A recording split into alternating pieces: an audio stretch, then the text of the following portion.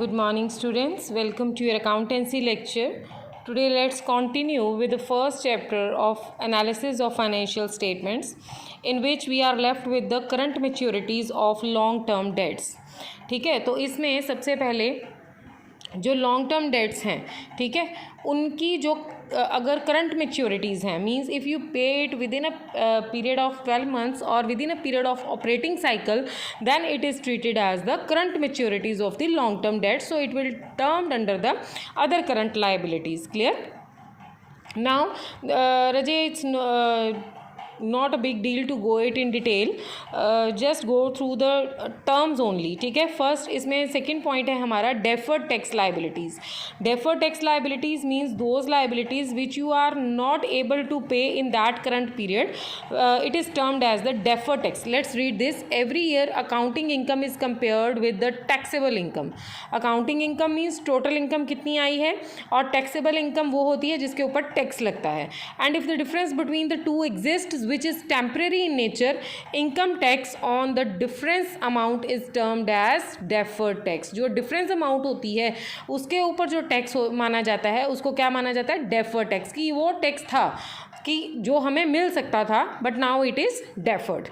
in case accounting income is more than the taxable income, अगर आपकी accounting income ज़्यादा है टैक्सेबल इनकम से, तो it results in the deferred tax liabilities. ठीक है, और अगर आपकी अकाउंटिंग इनकम कम है तो आपकी टैक्सेबल इनकम ज़्यादा है, तो उससे क्या है? It results in deferred tax assets, क्योंकि आपने एक्स्ट्रा टैक्स पे कर दिया है. एट दैट टाइम आपके पास जो एसेट्स हैं वो डेफर हो रही हैं.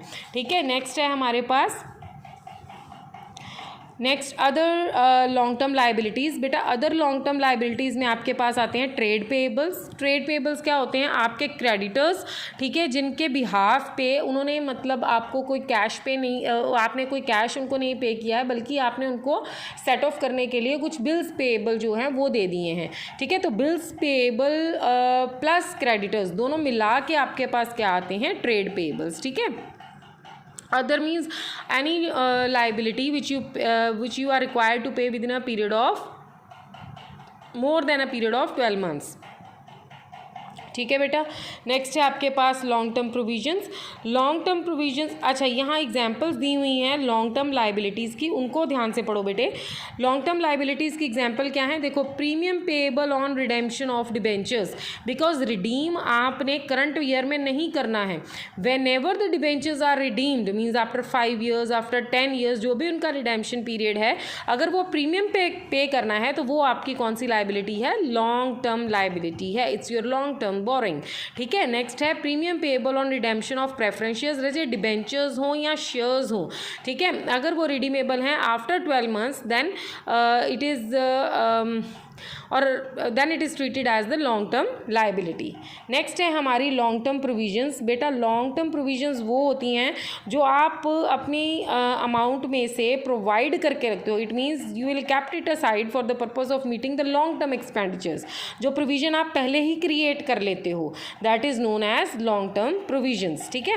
Provision is the amount set aside to meet future liability, the amount of which can not be determined with the accuracy but are estimated. ठीक है ना, आपने फ्यूचर की लाइबिलिटी को अभी मीट कर लिया है. It means you have just estimated them and you have created a reserve aside so as to meet that future liability. Clear? On the other hand means a liability the amount of which is ascertain, जिसका amount ascertain means find out किया जा सके, that is the amount payable to meet the liability is determined. Clear? तो this is known as long term provision. Now अब आपको पता होना चाहिए कि प्रोविजन क्या है. प्रोविजन का मतलब होता है कि जो अमाउंट हम सेट असाइड कर लेते हैं for meeting the future contingencies. ठीक है. नेक्स्ट है हमारे पास, ये था हमारा नॉन करंट लाइबिलिटीज़ का सिस्टम. नॉन करंट लाइबिलिटीज़ में हमारे पास आती हैं long term borrowings, other long term liabilities, then long term provisions. Now हमारी मेन हेडिंग इसमें क्या है? Current liabilities. Now current liabilities के अंदर क्या क्या आता है? Short term borrowings, trade payables, ठीक है, ट्रेड पेएबल्स वही शॉर्ट टर्म क्रेडिटर्स हैं, शॉर्ट टर्म बोरिंग्स हैं, other current liabilities and short term provisions, जो ऐसी प्रोविजन जो शॉर्ट टर्म लाइबिलिटीज़ को मीट करने के लिए क्रिएट की जाती है, ठीक है। ट्रेड पेएबल्स आपके क्रेडिटर्स और bill payables, short term borings means जैसे आपने बैंक से लोन लिया। लॉन्ग टर्म बोरिंग्स कौन सी होती हैं, आपके जो डिबेंचर्स हैं या आपकी जो प्रेफरेंस शेयर्स हैं उनको इशू किया है, उनको रिडीम करने के लिए जो बोरो आपने किया है वो है लॉन्ग टर्म बोरिंग्स। और शॉर्ट टर्म है आपके जो बैंक से लोन ले लिया, बैंक ओवरड्राफ्ट कर लिया, कैश क्रेडिट ले लिया, ये हमारी शॉर्ट टर्म बोरिंग्स है, because we have to meet these expenses within a period of 12 months और the operating cycle which ever is earlier. Clear. Now loan from the other party is payable, repayable within the 12 months from the date of the loan, then deposits, then other loans and advances. Clear. Next है हमारे पास trade payables. रजे ये हम detail में मैं आपको समझा चुकी हूँ, आप एक बार पढ़ लेना। नेक्स्ट है other current liabilities. Other current liabilities में जैसे आपके पास लॉन्ग टर्म मेच्योरिटी रिडेम्पशन की होती है, यहाँ पे current maturities of the long term debts, कि आपके लॉन्ग टर्म डेट्स हैं लेकिन आप उनको within a period of 12 months और ऑपरेटिंग साइकिल मीट कर रहे हो तो वो आपकी करंट मेच्योरिटीज़ हो जाएंगी, तो वो किसके अंदर आएंगी फिर, अदर करंट लाइबिलिटीज़ के अंदर। नेक्स्ट है interest accrued but not due on borings. Interest accrue तो हो गया है लेकिन ड्यू नहीं हुआ है बोरिंग्स के ऊपर। Let's read this point. Interest accrued means but not due means interest is provided in the books of accounts but it has not become due for payment. Books में आपने मेंशन कर दिया है कि हमने इंटरेस्ट पे करना है लेकिन ड्यू डेट अभी नहीं आई है। For example interest is payable half yearly in June and December if the company closes it books on 31st March, ठीक है, तो वो 31st March को ही दिसंबर वाले का जो अमाउंट है वो नोट कर लेगी, बिकॉज उसने अपने अकाउंटिंग कंसेप्ट जो एक्रूअल कंसेप्ट ऑफ अकाउंटिंग है उसको लेके चलना है। It will provide interest for quarter Jan to March following the accrual concept of accounting but the interest will become due for payment on 30th June। वो 30th June को ही होगा, पे तभी होगा, लेकिन हमें ये पता है accrual concept कि whenever the expenditure accrue or arise that must be recorded in the books of accounts। next है interest accrued and due on borrowings, वो भी अदर करंट में आएगा, ये भी करंट में आएगा, ठीक है ना। नेक्स्ट है interest received in advance. Received in advance means you have received that amount in advance but still the amount is not due, ठीक है, तो it means shortly you have to pay it, ठीक है, it becomes your current liability. Clear. Next है बेटा हमारे पास unpaid dividend है। Unpaid dividends are dividends declared. Unpaid dividend कौन से होते हैं, जो डिविडेंड डिक्लेयर होते हैं but they remain unclaimed by the share holders. वो अभी तक शेयर होल्डर्स ने उनको क्लेम नहीं किया। क्यों नहीं किया, क्योंकि उन्होंने क्लेम नहीं किया इसलिए कंपनी ने पे नहीं किया, ठीक है, तो इसलिए ये करंट लाइबिलिटी है। Means as soon as the shareholders demand or claim the dividend, the company will have to make the payment of that dividend. Then application money received for allotment of securities and due for refund and interest due thereon, ठीक है, किसी भी allotment of shares के ऊपर अगर application money receive की है, ठीक है, लेकिन आपने सपोज उसको अलॉट नहीं किए शेयर्स उतने, तो that application money must have to be refunded back to the share holders, that is also comes under your current liability. Unpaid mature deposits and interest accrued thereon, ठीक है, unpaid mature debentures and interest accrued thereon, जो कि unpaid हैं उनके ऊपर अगर कोई amount है वो आपको विद इन 12 months पे करनी होगी। कॉल्स इन एडवांस हैं, अगर आपने एडवांस में कॉल करवा ली हैं तो that also comes under the other current liability because it becomes your liability to pay back. Next is outstanding expenses means the expenses due but not paid, it is your current liability. ये तो हम +1 से पढ़ते आ रहे हैं बेटा। Other payables means other payables हमारे कौन से होते हैं, जो हमारे with in a period of 12 months नहीं आते, आते हैं, तो वो हमारे अदर पेएबल्स हो गए। लाइक प्रोविडेंट फंड है हमारा पेएबल, ESI पेएबल है, बैलेंस इन output CGST, output SGST, output IGST, इनका जो एक्स्ट्रा बैलेंस है वो हमें किसको डिपॉजिट करवाना पड़ता है, गवर्नमेंट को थ्रू चालान, तो that is also becomes your current liability that you have to pay. Now रजे कॉल्स इन एडवांस जो है it is an important part कि it is shown as other current liability under current liabilities in the notes to accounts on other current liabilities, ठीक है। Directly show नहीं होगा लेकिन ये नोट्स टू अकाउंट्स में हम लोग इसको अदर करंट लाइबिलिटी में शो करेंगे। नेक्स्ट है हमारे पास short term provision. Short term provision वो होती हैं जो हमें प्रोविजन क्रिएट करनी होती है ताकि हम उसकी अमाउंट को विद इन 12 मंथ्स पे कर सकें, जैसे provision for expenses, provision for employ benefits, provision for tax, other provisions, ये सारी शॉर्ट टर्म प्रोविजंस का पार्ट हैं। क्लियर। नेक्स्ट बेटा प्रोविजन और रिजर्व के बीच में एक डिफरेंस क्रिएट किया है उन्होंने। प्रोविज़न भी एक तरह से जो है वो प्रोविज़न जो है वो एक तरह से लाइबिलिटी है कि वो हमें क्रिएट करनी ही करनी है क्योंकि हमारी लाइबिलिटी फ्यूचर में अराइज है, उसको मीट करने के लिए हम लोग प्रोविज़न क्रिएट कर रहे हैं। लेकिन रिज़र्व का मतलब ये है कि आपके प्रॉफिट का वो हिस्सा जो आप रिज़र्व करके रखना चाहते हो for meeting the future contingencies, but you don't know in today's date that there is some mishappening going to happen in future. Clear. Now nature क्या है इसकी, प्रोविजन स्टार्ट करते हैं। इट इज़ अ लाइबिलिटी और diminution of the value of the assets और estimated loss. Clear. Reserve क्या है, share holders money. Purpose क्या है प्रोविजन का, provision is created for some specific purpose, say depreciation. Reserve create किया जाता है for a specific purpose like debenture redemption reserve, for general reserve, for workman compensation reserve, for investment fluctuation reserve. In detail we have done all in partnership account. Next is charge versus appropriation. अब इनमें आपको पता होना चाहिए कि provision जो है that is a charge against the profit, ठीक है, but reserve is an appropriation of profit. Clear. I think you know the difference between the both terms, the charge and the appropriation. Charge is the compulsory payment that you have to make, but appropriation is made only when you are having profits. Next is disclosure in financial statements. रजे provision जो है These are shown under the expenses in the statement of P&L, ठीक है, लेकिन reserve जो हैं these are shown under the balance sheet under shareholders fund. Disclosure in balance sheet, balance sheet में ये कहाँ शो होता है, ये अभी मैंने आपको बताया शेयर होल्डर्स फंड में रिजर्व एंड सरप्लस के अंदर शो होता है। और प्रोविजन जो है these comes under the long term और the short term provisions as is its nature. Next is investment outside business. रजी ये जो प्रोविज़न है ये इनसाइड है, लेकिन हाँ जी, ये प्रोविज़न इनसाइड है लेकिन रिजर्व जो है that can be outside and inside both.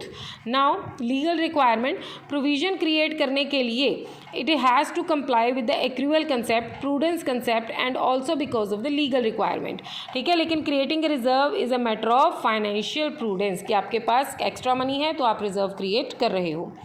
Next है बेटा आपके पास, हम डिटेल में अब करेंगे कि कौन सी मेजर हेडिंग है और कौन सी आपकी जो है वो सब हेडिंग है।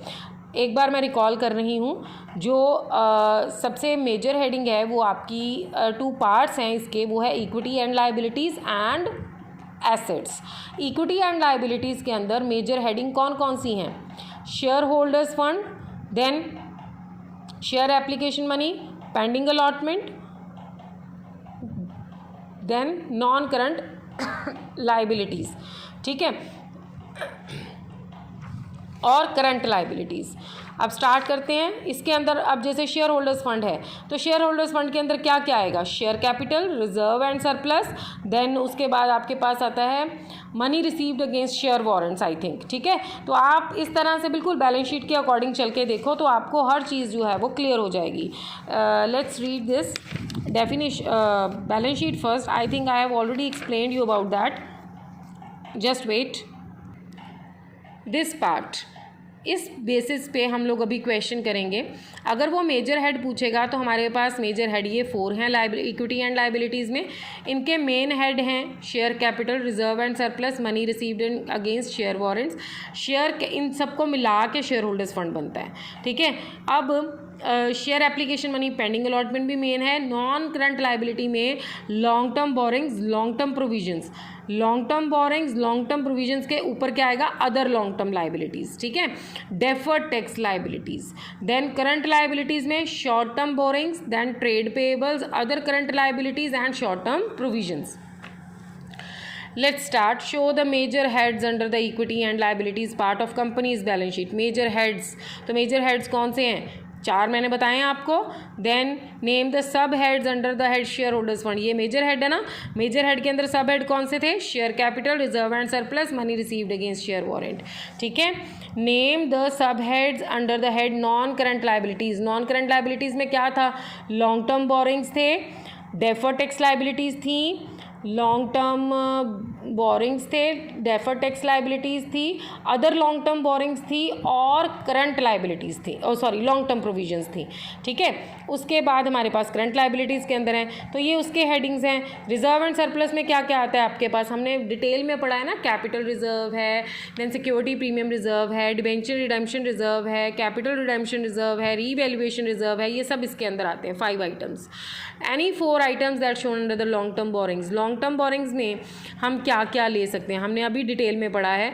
डिबेंचर्स, बॉन्ड्स देते हैं लॉन्ग टर्म बोरिंग्स में, ठीक है. देन डिपॉजिट्स हैं, long term loans and advances हैं, term loan, bank, other parties, ठीक है. एनी 5 अंडर करंट लाइबिलिटीज़, वो ट्रेड पेएबल्स भी हो सकता है, current maturities of long term debts भी हो सकता है, interest accrued and not accrued both हो सकते हैं, ठीक है. एप्लीकेशन मनी, रिफंडेबल, हर आइटम आपको मैंने क्लियर की है.